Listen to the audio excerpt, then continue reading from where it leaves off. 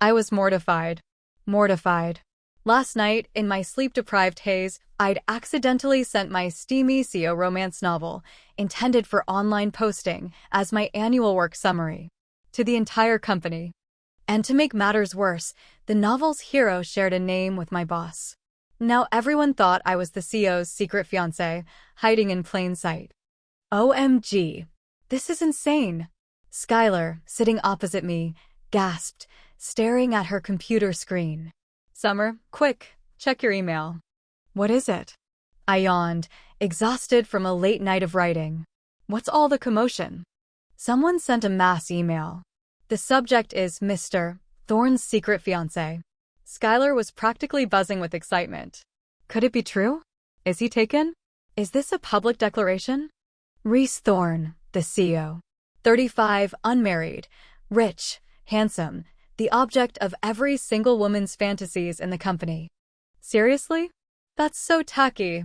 High-level office gossip was the perfect antidote to work-induced lethargy. I eagerly opened my inbox.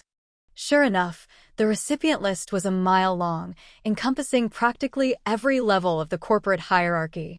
Whoever this woman was, she must be desperate to pull such a reckless, shameless stunt. I hadn't pegged Reese for this kind of drama. He always seemed so reserved, so professional. And yet, oh my God, Skylar gasped again. The details are explicit. At that crucial moment, my low-spec computer, another corporate cost-cutting measure, froze. I jumped up and peered over Skylar's shoulder. The black-and-white Word document was filled with breathless gasps and suggestive ellipses. Classic CEO romance tropes. I scanned the text, my eyes widening. The sizzling descriptions, the heart-pounding scenarios, the imaginative prose. Whoever Reese's woman was, she was a literary talent. A true loss for the romance writing community. But why did it all seem so familiar? Then again, all CEO romances were basically the same. Lots of breathless yearning. How original could it be? It's so detailed. Skylar practically drooled, her eyes glued to the screen. I wonder if Reese, really is that skilled. Wait, I suddenly noticed the sender's address in the top left corner. XT, that's the same as mine. Summer, Mr. Thorne requests your presence in his office. Just as I was about to examine it closer, a voice interrupted. I grabbed Skylar's mouse and slammed the document shut. There it was, clear as day, XT-123. It was me. Last night, in my sleep-deprived stupor, I'd sent my year-old manuscript instead of my work summary. Reese sat in his executive chair, his back to me, seemingly absorbed in the view. I stood there, wishing I could dig a hole and bury myself alive. You're Summer Linwood? His cool voice echoed through the spacious office, wrapping around me like a suffocating net. If I said no, you wouldn't believe me, would you? I chuckled nervously. The embarrassment was overwhelming. It's well written. He turned slowly, dressed in a light gray suit, the top 2 buttons of his white shirt undone, his tie loose around his neck. His Adam's apple bobbed as he spoke. Distractingly so. Distracting. Why was I picturing scenes from my novel? He raised an eyebrow, his eyes, magnified by his gold-rimmed glasses, unreadable. There was a hint of amusement, but also something deeper, more inscrutable. Although a tad exaggerated. I wasn't aware I was capable of that many encounters in one night. I choked, mortified. Mr. Thorne, I didn't mean to, I stammered, facing the man who'd unknowingly fueled my fantasies. It won't happen again. Won't send the wrong email or won't write anymore? He asked, his gaze intent. Be both, my entire body flushed. I could barely speak. Like I said, it was well written. He brought the conversation back to the mortifying topic. Oh God. If I was guilty of a crime, let the law punish me. Why was he torturing me with this? Right then, I vowed to buy a new computer. Work and writing would remain separate. Forever. Perhaps you should transfer to my office. As my speechwriter. He didn't sound like he was joking. Seriously? Me, a romance novelist, writing his speeches? About his attributes? He was clearly planning his revenge, bringing me closer so he could torment me at his leisure. Mr. Thorne, I'm not qualified. I need more experience in the planning department, I said, trying to sound humble. I think you're very qualified. His lips curved into a slight smile. You've certainly captivated me. I'd kick heiresses to the curb, banish my first love, command armies, buy half the world's real estate just to be with you. He'd memorized lines from my novel. Verbatim. Mr. Thorne, I'm sorry. Despite his casual tone, I sensed his displeasure. The slight twitch in his jaw was a warning sign. I couldn't play dumb anymore. He might fire me without even the severance pay. I was so tired last night. I sent the wrong email. I'm truly sorry. I'll accept any consequences. Transfer to my office. He cut me off, his voice firm. That's the consequence. Transfer to my office. Before, I was just an office clerk. Average life, average looks, average everything. I rented a small apartment in the suburbs, endured a 4-hour daily commute on the packed subway, ate cheap takeout, and a single apple for dinner. My life was a movie no one would watch. Even if the director begged and pleaded, it would still be a box office flop. Passers-by would just sneer, "Look, another loser." Thankfully, I had a secret identity, romance novelist. Or, more specifically, CO romance novelist. I loved reading them, and when that wasn't enough, I started writing my own. All my heroes were based on Reese. Not because I had a crush on him, but because he was the only CO I knew. Wasn't art supposed to imitate life? And to keep things authentic, I reluctantly cast myself as the heroine. I barely dared look at him in the office, but in my novels, he was my devoted admirer, the man who left me weak-kneed and breathless. Now, thanks to my viral CO romance, I'd been promoted 3 levels, becoming Reese Thorne's personal assistant. Skylar, barely concealing her envy, teased, "Summer, you're quite the master of disguise." Hardly. More like a lamb walking into the lion's den. I gathered my belongings, giving her a weary look. Who knows what he's planning? I've publicly humiliated him. Humiliated? Everyone thinks you're his secret fiancée, the future Mrs. Thorne, hiding among us. Honestly, had none of them read a CO romance before? It's fiction. Before I could explain, Skylar continued, "I know. You'll say it's just a story. But stories have to come from somewhere, right?" Well, I was speechless. As a purveyor of fictional narratives, I couldn't explain the nuances of creative license to her. "There's just one thing I need to verify." Skylar's face flushed. "What?" I groaned. "Is Reese really that good?" she whispered, her eyes wide with curiosity. I choked again, staring at her blankly. Finally, I managed yes. He has stamina. My first day in the CEO's office, everyone treated me with deference. "Ms. Linwood, here's your desk." "Ms. Linwood, your new computer is ready." "Ms. Linwood, freshly brewed coffee." "Ms. Linwood." "Ms. Linwood." Overnight, thanks to Reese, I'd gone from insignificant Summer to the enigmatic Ms. Linwood, reaching the pinnacle of corporate life. I was still reeling from the sudden change when Reese walked in. "Mr. Thorne. Mr. Thorne." The same people who'd been fawning over me now bowed and scraped to him. "Leave us," he said. "I need to speak with Ms. Linwood." They vanished as if by magic. Alone with Reese, I stood awkwardly, avoiding his gaze. Was something going to happen? Something intimate? This felt like a prelude to something. "Now that you're in my office, couldn't you at least dress the part?" He finally spoke, his voice laced with disapproval. "This is fine." I tugged at my wrinkled dress.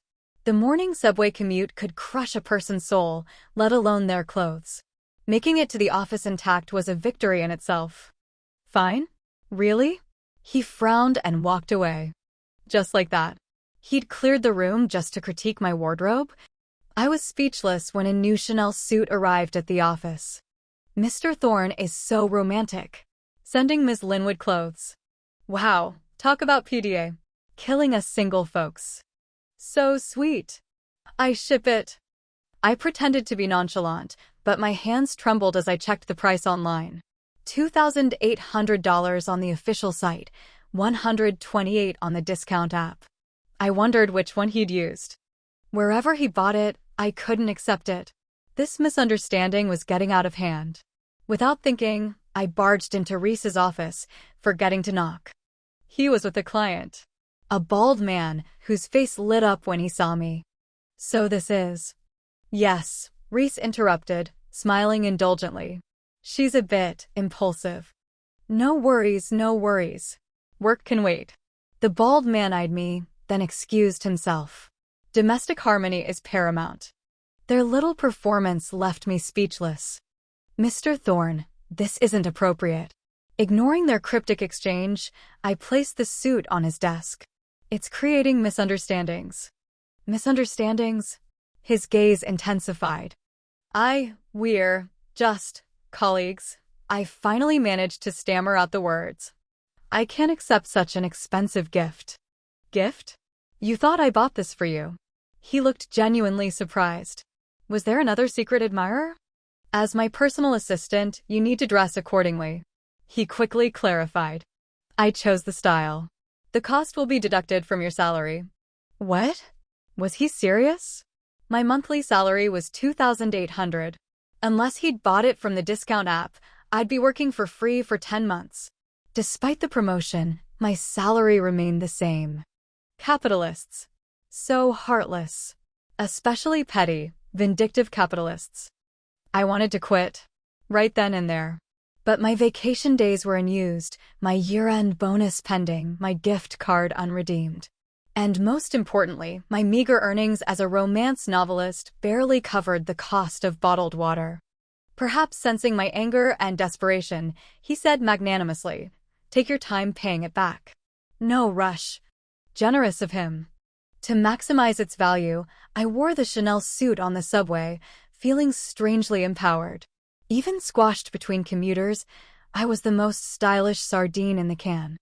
3 days later, Reese informed me I'd be accompanying him to a gala, sending over a gown for the occasion. The price tag? An eye-watering $3,600. Near tears, I pleaded, "Mr. Thorne, can I skip it?" "The Chanel suit is perfectly fine. One doesn't wear business attire to a gala," he replied, his eyes glued to his computer screen. But my heart ached looking at the exquisite gown. Every stitch, every bead, a stab of financial pain. What kind of job was this? The higher I climbed, the deeper in debt I became. Hoping I could return the dress after a single wear, I spent the gala meticulously avoiding spills and stains, barely eating or drinking, clinging to Reese like a nervous shadow. "I hear she's the woman Reese has been hiding." "Really?" "She's pleasant-looking. A bit ethereal." "Please. It's an act." I heard she broadcast their bedroom escapades to the entire company. Desperate social climber. What does he see in her? The hushed whispers of 2 socialites reached me, making me shrink with embarrassment. My grip on Reese's arm tightened. "Mrs. Hughes, Mrs. Zhang, it's been a while." He tightened his grip on my hand and steered me towards them. "I couldn't help but overhear your conversation. Something about me." "Oh, no, not at all," they quickly denied, their faces flushing. "We were just saying, it's been so long, Mr. Thorne, and this is my fiancée." He smiled, his voice cool, and raised my hand to his lips, brushing it with a light kiss. "She's young. Forgive her any social faux pas." Of course, of course." Seeing his protective stance, they mumbled a few pleasantries and retreated. His kiss burned on my skin. I pulled my hand away, my face flaming. "Mr. Thorne, you shouldn't say things like that." "Why not? It's straight from your novel." He smirked and pulled me closer, his arm firm around my waist. His warm breath tickled my ear. "Play along. Someone's coming." I'd always known writing could be fun, but I hadn't anticipated this level of excitement. Suddenly, my previous work seemed amateurish. Reese's closeness was intoxicating. "Reese," a clear voice interrupted, followed by a slight tremor. "Who is this?" He released me slowly. "Allow me to introduce my fiancée, Summer Linwood." It really is her. The woman, dressed in a simple white gown, stood out amongst the brightly colored crowd like a delicate lotus blossom. I suddenly felt dowdy and insignificant, shrinking under her gaze. She wasn't about to let it go. That email. Reese, aren't you embarrassed? Her voice was laced with challenge. It's all true. Why should I be embarrassed? Reese replied calmly. True? Even in this situation, my writer's brain rebelled. 7 times? Really? The audacity. So, it's all real? The woman's voice cracked, her face crumpling into a picture of heartbreak. Isn't it obvious? Reese pulled me closer. You saw the evidence. She stared at us, tears welling in her eyes. Reese remained impassive, his gaze fixed on me. I couldn't bear to deceive this heartbroken woman. I opened my mouth to explain when Reese whispered, Don't say a word. The dress is yours. I was weak. $3,600 was a lot of money. I swallowed my explanation. I didn't see the White Lotus again that evening. She must have retreated to lick her wounds. Reese drove me home. You live this far out? He frowned as the scenery grew increasingly desolate. Move into Skyview tomorrow. No, I protested inwardly. I was an independent woman. I wouldn't be kept. Skyview, a luxurious complex just a block from the office, was tempting, but... Did you hear me? He pressed. Resisting the lure of the CO was difficult. But this wasn't a novel, and I wasn't Cinderella. I had to draw a line. I'm not that kind of woman, I blurted out. What kind of woman? He looked genuinely puzzled. Even if my writing is suggestive, I'm not promiscuous.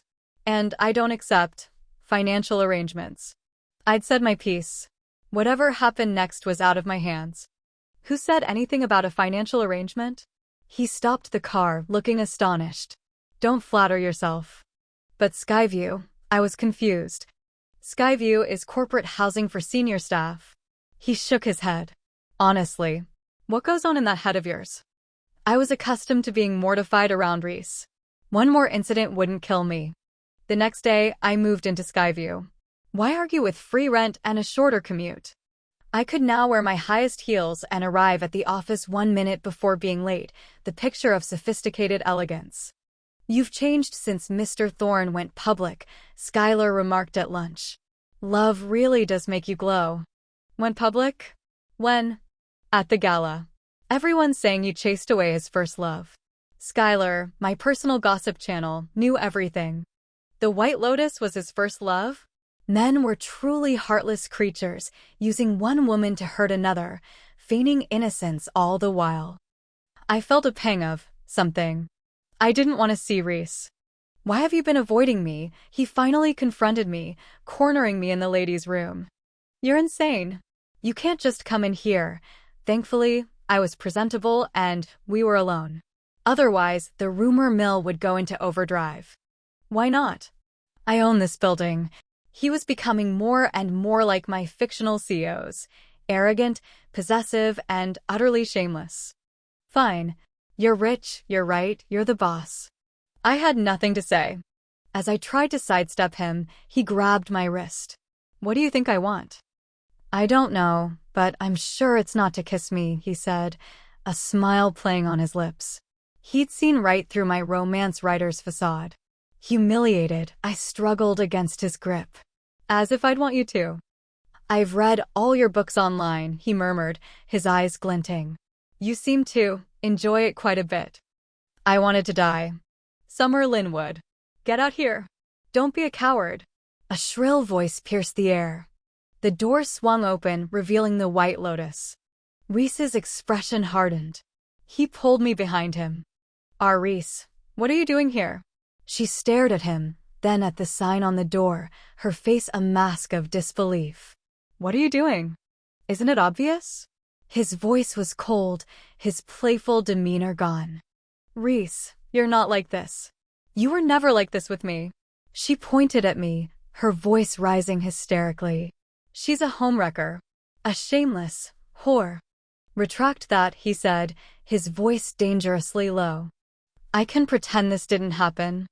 Pretend? Reese, you promised you'd wait for me. Why didn't you? Why? It's because of this whore. I'm going to tell everyone what is shameless. You're the shameless one. Your whole family is shameless. I wasn't a pushover. I'd held back, partly out of respect for Reese, partly out of pity for her apparent heartbreak. But this woman, stripped of her innocent facade, was a shrew. Seeing my defiance, she lunged at me. Reese barely managed to intercept her. Let's take this outside. He shielded me, his eyes fixed on her. Don't make a scene. You're protecting her. You're protecting her. She seemed to have lost all reason, her words a torrent of abuse, clawing at me, determined to tear me to shreds. A crowd of colleagues gathered, whispering and pointing. Someone went to call security. Seeing her vicious attack, her foul language, my anger finally snapped. I wasn't a mistress, not a homewrecker. Why was I enduring this? Move. I shoved Reese aside. He stumbled, caught off guard. Before the White Lotus could utter another word, I slapped her. Silence. Everyone stared at me, stunned. Even Reese. Say that again.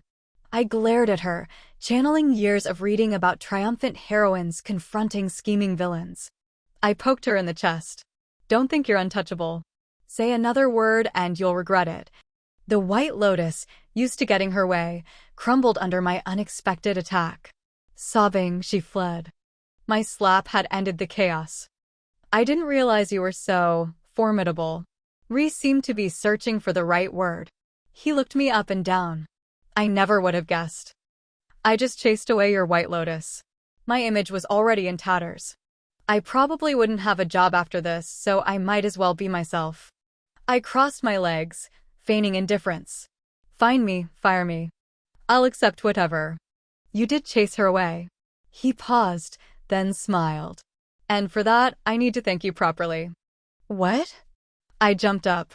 Mr. Thorne, are you hallucinating from grief? When my father died, she used our relationship to collude with our competitors, shorting our company stock. His face was etched with pain and weariness.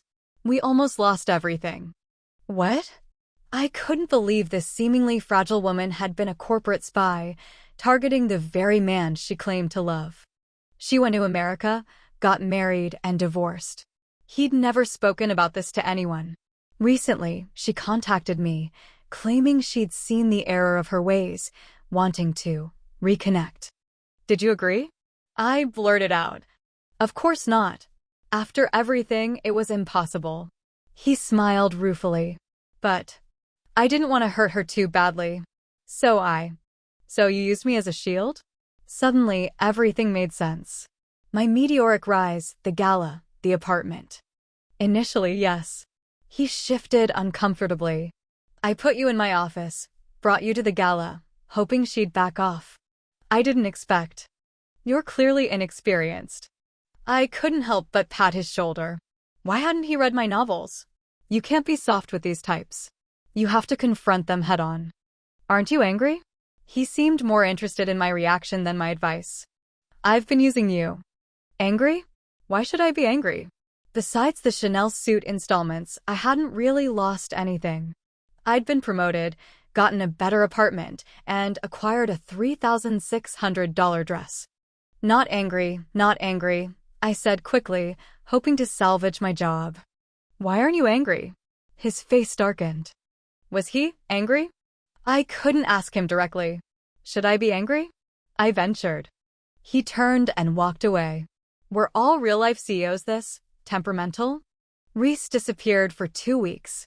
His absence left a strange emptiness in the office. Maybe he'd had a change of heart and reconciled with the White Lotus. Then a news alert popped up on my phone.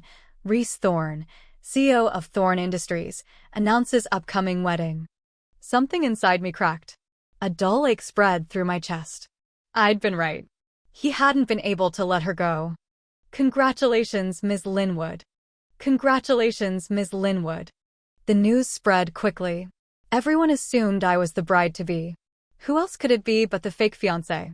Skylar was ecstatic, practically in tears. I'm so happy for you. You finally did it. Don't forget us little people when you're Mrs. Thorne. I chuckled dryly. Reese's wedding day would be my last day at Thorne Industries. The White Lotus wouldn't tolerate my presence. To avoid further humiliation, I decided to retreat gracefully. I quietly moved out of Skyview, handed over my work, and left the dry-cleaned gown on Reese's desk. I still owed money for the Chanel suit. I'd pay him back eventually. I thought I'd feel relieved, but I felt worse. Real life wasn't a novel. I wasn't a pampered heroine. My time with Reese felt like a dream. The day before the supposed wedding, as I prepared to leave, a group of men in black suits filed into the office, forming two neat lines. Reese, impeccably dressed, followed them in. My throat tightened. Was this payback for the White Lotus? Come with me. He grabbed my arm, pulling me towards the door, his grip firm. Can't we talk here? I was terrified of a public showdown. Here.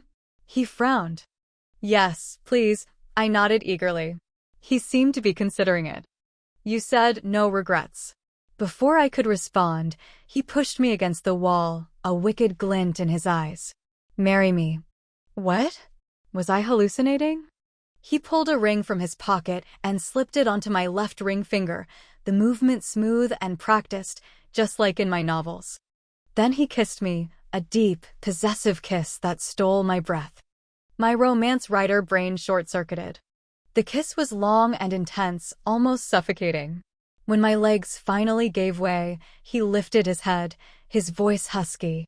Satisfied? I followed your script. Oh my God. That's why it felt so familiar. He'd been practicing. It was adequate, I mumbled, my face burning. According to the book, you missed a few details. We'll cover those tonight. He chuckled, his breath warm against my ear. 7 times might be a bit strenuous, but I'll do my best to satisfy you. The end.